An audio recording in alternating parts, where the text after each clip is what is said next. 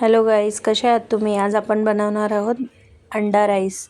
त्यासाठी मी 2 अंडी घेतली आहेत आणि त्यात थोडं मीठ टाकलं आहे आणि दूध टाकलं आहे आणि त्या दोघांना चांगलं असं फेटून घेतलं आहे. बघू शकता तुम्ही कसं फेटलं आहे.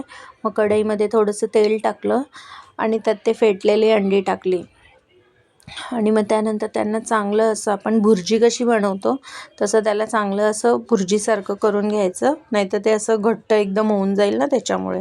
आणि बाजूला काढून घ्यायचं. मग एका पॅनमध्ये थोडं तेल टाकायचं आणि थोडंसं बटर टाकायचं, म्हणजे टेस्ट असा चांगला लागतो. त्यात अद्रक लसूण आणि मिरची टाकायची बारीक बारीक कापलेली एकदम, आणि त्यात कांदा शिमला मिरची कोबी टाकायची. नंतर सॉस टाकायचे, आपले जे चायनीजचे सॉस असतात ना ते टाकायचे. Soya sauce, chilli sauce, vinegar वगैरे असं टाकून चांगलं असं भाजून घ्यायचं. त्यानंतर मी त्याच्यामध्ये ते एग टाकणार आहे, जे मी आधी बनवून घेतलं होतं ना त्या एगला स्क्रम्बल एगसुद्धा म्हणतात का. आणि मग त्याला असं चांगलं हे करून घ्यायचं, एकजीव करून घ्यायचं. त्यानंतर त्यात भात टाकायचा, जो रात्रीचा भात असेल तो भात टाकायचा.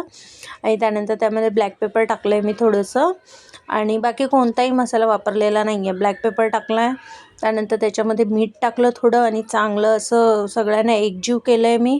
त्यानंतर कोथिंबीर टाकली आहे आणि खाण्यासाठी रेडी आहे तुमचा एग राईस. ह्याला आपण स्क्रम्बल एग राईससुद्धा नाव देऊ शकतो. तर तुम्हाला गाईस कसं वाटलं ते मला कॉमेंट करा. आणि प्लीज तुम्ही जर माझी व्हिडिओ बघत असाल तर लाईक करा, सबस्क्राईब करा आणि जास्त जास्त शेअर करा.